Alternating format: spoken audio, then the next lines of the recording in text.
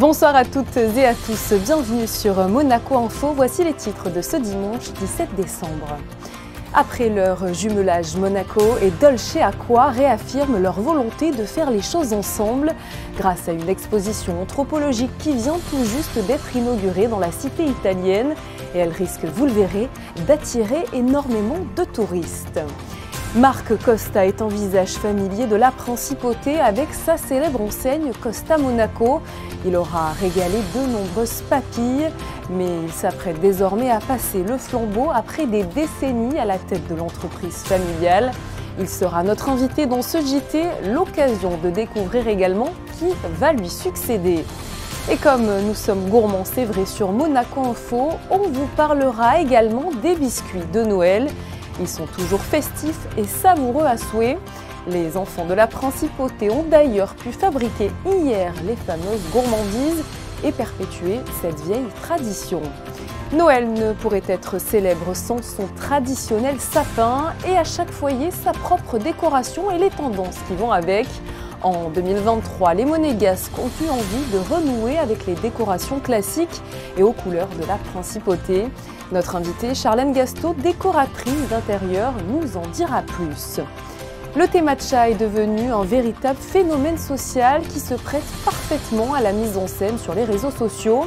Sa couleur verte est associée à une alimentation saine et naturelle, ce qui en fait un aliment très apprécié par les amateurs de healthy food. À Monaco, les ateliers découvertes de ce produit sont proposés pour mieux comprendre ses bienfaits. Reportage à suivre. Mais nous débutons ce journal avec ces images du prince Albert II et de son Altesse royale, la princesse Caroline de Hanovre, qui ont assisté hier à la grande première du Fantôme de l'Opéra, à retrouver lors de 23 dates à l'Opéra de Monte-Carlo. Il s'agit de l'une des comédies musicales les plus jouées à travers le monde. Traduite dans 17 langues, 145 millions de spectateurs ont déjà pu à ce jour la découvrir. Le Fantôme de l'Opéra a d'ailleurs reçu près de 70 récompenses dans le monde entier, dont 7 Tony et 4 Olivier Awards. Alors ne ratez pas cet événement unique. La dernière représentation sera le 31 décembre, juste avant de passer à la nouvelle année.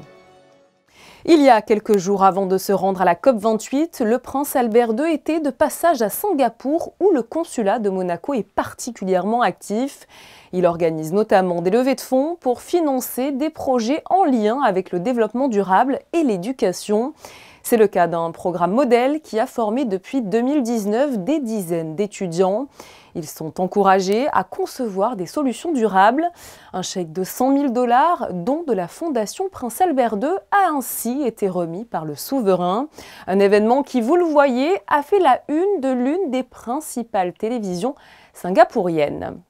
Direction à présent l'Italie et plus précisément le château de Dolce Acqua pour découvrir une exposition qui a nécessité plusieurs mois de préparation. Elle s'intitule Le Château en fête et a été inaugurée hier par la municipalité de Dolce Acqua et le musée d'anthropologie préhistorique de Monaco. Cet événement marque surtout le jumelage entre la principauté et la cité italienne officialisée en 2023. Reportage Alban Gingembre et Émilie Flamin. C'est le grand jour pour le château de Dolce Acqua. L'exposition qu'il renferme depuis mi-novembre vient d'être inaugurée après des mois de travail. C'est l'aboutissement d'une collaboration entre le village de Dolce Acqua et le musée d'anthropologie préhistorique. Donc j'ai souhaité en tant que directeur des affaires culturelles que dans le cadre du jumelage entre Monaco et Dolce Acqua se tiennent des recherches, des fouilles, mais également une exposition au sein de ce château afin que les deux populations, italiennes et monégasques, puissent échanger, puissent découvrir et aller un petit peu plus loin dans l'histoire. Et cette exposition la retrace bien, l'histoire qu'il y a entre la principauté et Dolce Acqua, et ce, depuis l'an 1300. Il était donc évident pour le maire de la commune d'être présent pour l'événement. È un ulteriore momento di avvicinamento tra Dolce Acqua e il Principato di Monaco, perché questo gemellaggio ha questo grande significato di fare delle cose insieme. E questa esposizione del Museo Antropologico ci inorgoglisce perché è una esposizione molto importante e rende anche importante il nostro castello, che è un luogo di esposizione e di mostre. L'exposition est à visiter jusqu'en mars prochain, perchée en haut du village de Dolce Acqua. L'invité que nous recevons à présent figure parmi les personnalités incontournables de la principauté. Vous avez d'ailleurs sûrement été un jour l'un de ses clients. Marc Costa s'apprête à passer le flambeau après des décennies d'activité. Et oui, le propriétaire de l'enseigne familiale et gourmande Costa Monaco prend sa retraite. Émilie Rousseau l'a rencontré. Bonsoir Marc Costa. Bonsoir Émilie. C'est une page qui se tourne pour vous aujourd'hui, une page qui aura occupé combien d'années de votre vie? À minima 50 ans d'exploitation, mais il faut savoir qu'avant ces 50 ans, il y a eu quelques années où j'étais scolarisé, et quand on est scolarisé en étant fils de patron, eh bien, pendant les vacances scolaires, systématiquement, on était au fourni. Donc oui, ça fait 50 ans plus une dizaine d'années. Justement, pour ceux qui ne la connaissent pas, racontez-nous l'histoire de Costa. Ah bien écoutez, mes parents se sont installés en 64 à la rue des Roses. Mon frère et moi les avons rejoints une vingtaine d'années plus tard. Et ensuite on a déménagé au Mercator le 13 décembre 1978 dans le local que nous occupons à l'heure actuelle. Voilà, tout simplement, avec un développement donc des points de vente, avec une fourniture un petit peu généralisée dans les hôpitaux, les hôtels et ainsi de suite. Ouais, Costa, aujourd'hui, c'est 8 boutiques dans tout Monaco. Est-ce que vous vous attendiez à un tel essor en principauté? Est-ce qu'on s'attendait? Je ne sais pas si on s'y attendait au départ, il n'y avait pas de calcul, mais bon, on était très vaillants, on était jeunes, on avait le feu sacré. Et c'est toujours pareil, on a pu se développer parce qu'il y avait une demande aussi. À ce titre, je voudrais remercier tous les gens que j'ai côtoyés pendant ces années, tous les clients qui nous ont été fidèles. Voilà, on s'attendait, c'était pas un calcul en tout cas. Et quel souvenir vous gardez en tête de ces décennies de travail? Il y aurait beaucoup trop de choses à dire, mais beaucoup de plaisir, de joie, de souffrance, de sueur. C'est un métier qui est très difficile. Les gens n'ont pas toujours conscience de l'obligation qui nous est faite systématiquement. Si vous voulez, par exemple, nos magasins ouvrent le matin à 5h30. Il faut livrer nos clients à des heures précises. On est tous les jours sur la corde raide. On n'a jamais le droit d'être en retard 5 minutes. Et pourtant, Dieu sait si nous avons eu des problèmes, des fours en panne, des camions qui ont des accidents, ainsi de suite. Donc c'est une vie de stress permanente, d'autant que je considère que notre métier, on a un peu une notion de service public qui nous tient à cœur. Marc Costa, on ne peut pas dire que les dernières années auront été de tout repos avec la crise sanitaire, la hausse du prix de l'énergie, l'inflation. Bien écoutez, moi je ne suis pas un directeur d'entreprise, je suis un chef d'entreprise. C'est-à-dire que dans la vie d'un patron, il y a des hauts et des bas. La différence qu'il peut y avoir entre un directeur et un patron, c'est que le patron doit faire par moment le dos rond, courber les chines et protéger ses employés. Alors c'est très facile de le dire parce qu'à Monaco, on a été relativement privilégié puisqu'on a été très largement aidé par le gouvernement, par la mairie, par le gouvernement et surtout bien entendu par le souverain, par toutes les mesures qui ont été prises pour nous aider à passer ces différentes périodes, notamment celle du Covid qui a été fort difficile. C'est un métier que vous avez vécu avec passion? Alors, on ne peut pas faire ce métier sans passion, c'est pas possible. Et aujourd'hui, c'est compliqué de passer le flambeau? Si je vous dis que je passe le flambeau avec indifférence, vous n'allez pas me croire. Non, bien sûr que c'est difficile, mais il faut se rendre à l'évidence. J'ai presque 70 ans, j'ai plus la force physique de continuer, j'ai plus d'idées novatrices et je suis très content que ce soit des jeunes d'ici qui reprennent et qui eux ont une fougue que je n'ai plus. Justement, parlez-nous des repreneurs, de ceux qui vont vous succéder. Écoutez, ce sont deux jeunes qui me plaisent beaucoup, ils vont travailler à la fois dans la continuité et à la fois dans tout ce qui est novateur. Ils vont toucher peut-être une autre clientèle. Ils ont déjà planifié des travaux dans chaque magasin pour les rendre plus attractifs, plus jeunes, avec des produits de base qui resteront, mais des produits différents. Ils augmenteront la gamme. Et maintenant, Marc Costa, comment vous allez rythmer vos journées? Je n'ai fait absolument aucun planning, ni de vacances, ni rien. La dernière ligne droite est très longue. Je vais essayer de voir un peu ce que fait l'oisiveté déjà, si elle est vraiment mère de tous les vices ou pas. Et puis j'ai beaucoup de passion, la marche, la pêche, donc j'ai beaucoup de choses à faire. J'ai absolument aucune crainte de m'ennuyer.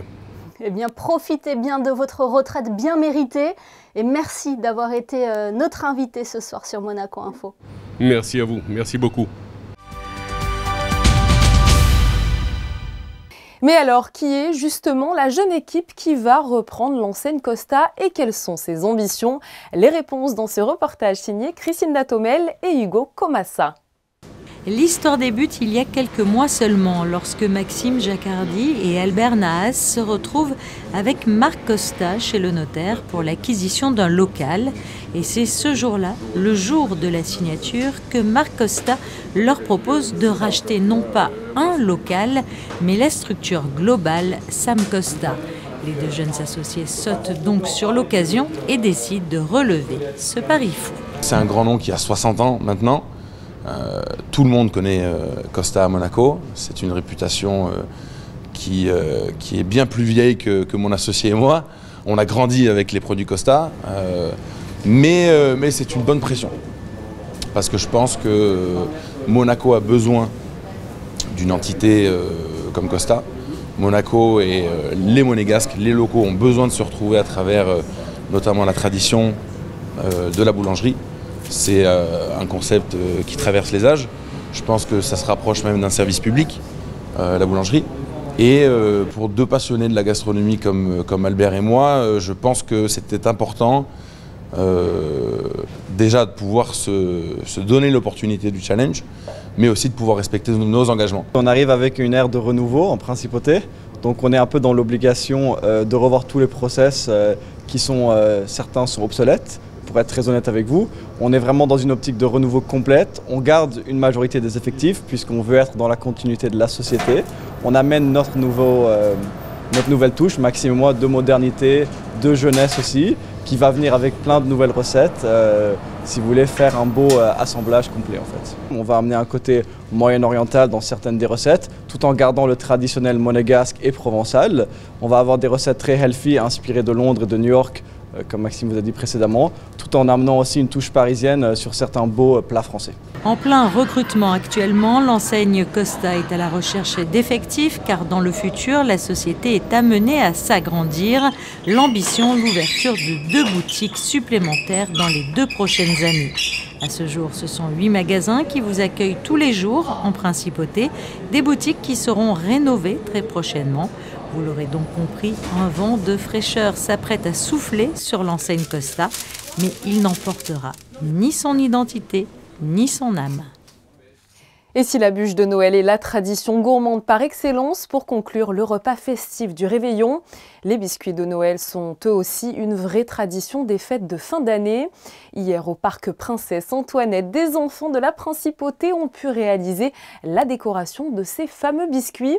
Ils étaient d'ailleurs encadrés par une vraie professionnelle, la créatrice de bulles de gâteaux. Reportage Alban Gingembre et Émilie Flamin.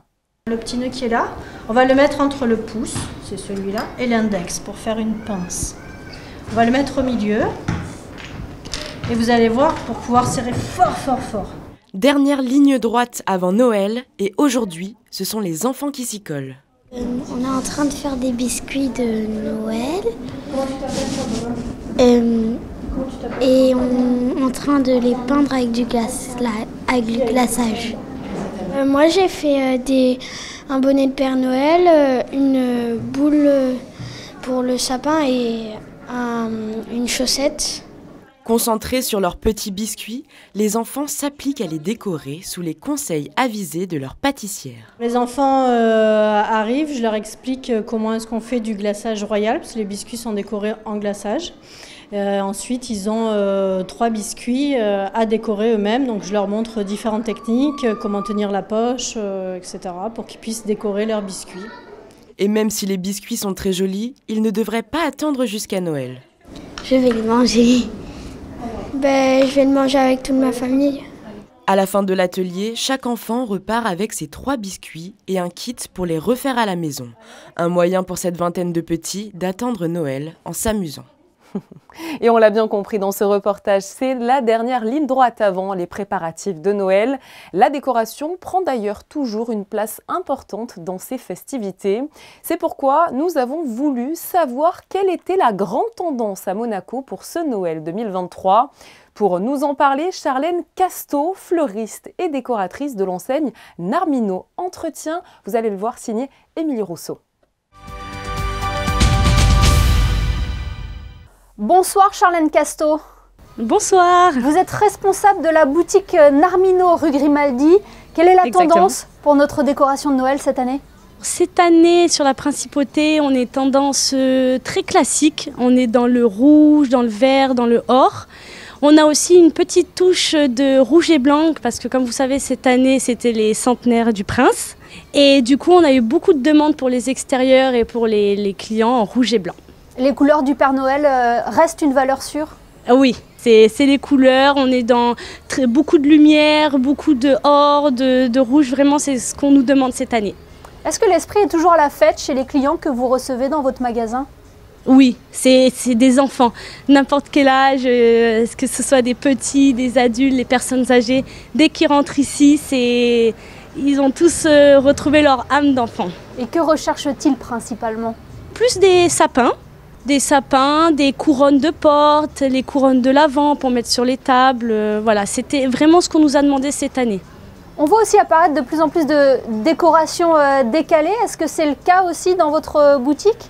Non, moi mes clients ils sont vraiment restés sur le classique, c'est ce qu'ils aiment, ils n'ont pas trop envie de changer. Voilà, les animaux, les grosses, les petites boules, voilà, c'est vraiment le thème. Nombreux sont ceux qui pensent à leur empreinte écologique en cette période de fin d'année et ils se dirigent vers une autre alternative que le sapin. C'est une tendance que vous constatez également ? J'ai eu beaucoup de clients qui m'ont demandé cette année des sapins en pot. Donc qu'après ils puissent replanter dans leur jardin ou sur leur terrain un peu plus en campagne. Donc voilà, on a essayé aussi de se diriger un petit peu sur ça cette année. Et qu'est-ce que vous proposez, vous, comme alternative dans votre magasin ? Alors nous, on a réussi à leur proposer des sapins en pot, reconstitués avec du floquet blanc. Voilà, c'est ce qu'on leur a proposé, comme on peut voir derrière moi un petit peu là-bas, sapin blanc. Donc le naturel a aussi la cote ? Oui. Ah, mais le naturel restera toujours le sapin préféré des clients. Hein.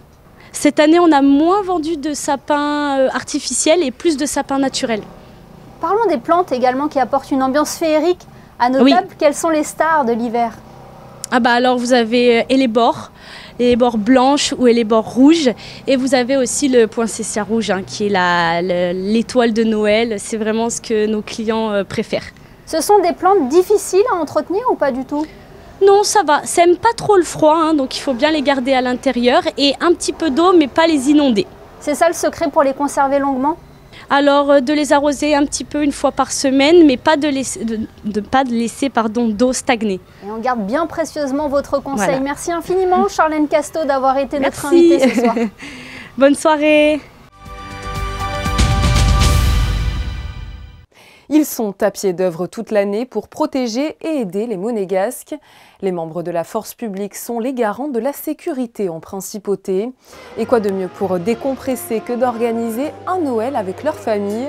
C'était hier soir à l'espace Léo Ferré et les enfants ont pu profiter de nombreuses activités. Maquillage, confection de ballons et bien évidemment la rencontre dont tout le monde rêve, celle avec le Père Noël. Sa hotte était d'ailleurs remplie de cadeaux pour récompenser les enfants de la force publique. Et il n'y a pas que la force publique qui a célébré Noël. En effet, ce dimanche matin, l'AS Monaco Rugby a organisé une belle journée pour ses adhérents avec le Noël des enfants. Ils ont pu profiter de nombreux ateliers et immortaliser eux aussi leur rencontre avec le Père Noël. Et pour se régaler, une grande paella était proposée. Ce rendez-vous était surtout l'occasion pour l'AS Monaco Rugby de partager un moment tous ensemble autour évidemment des valeurs de ce sport et de l'esprit de Noël. Dans le reste de l'actualité en images, hier soir a eu lieu le concert Merry Christmas à l'espace culturel Prince Jacques de Beausoleil.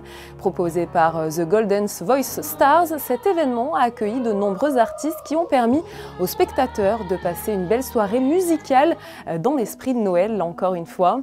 Tous les styles étaient d'ailleurs mélangés, variété, classique ou encore poésie. Depuis quelques années, une fièvre verte semble avoir touché toutes les Instagirls et autres wellness addicts.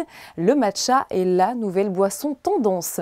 À Monaco, le restaurant Consensiae propose justement des ateliers. Leur but, comprendre la philosophie de ce produit d'origine japonaise. Plus d'informations avec Vanessa Dessy sur des images de Olivier Bonello. Bien qu'il soit consommé depuis de nombreux siècles, le matcha est devenu particulièrement tendance ces dernières années grâce à la découverte de ses excellentes vertus. Alors le matcha, c'est un antioxydant, anti-vieillissement, c'est très bon pour la régénération au niveau intestin, beaucoup d'énergie, très diurétique. Voilà, c'est un peu comme le kombucha, c'est des vieilles boissons antiques qui sont là depuis des millénaires et qui ont des grandes faveurs qu'on a un peu oubliées. Aujourd'hui, c'est un produit qui est tellement sain, très important, bon, qui est très à la mode, mais qui, je pense, dans le futur, va peut-être remplacer le café, on ne sait jamais. Consensia crée l'événement avec Matcha Festival en partenariat avec un groupe milanais.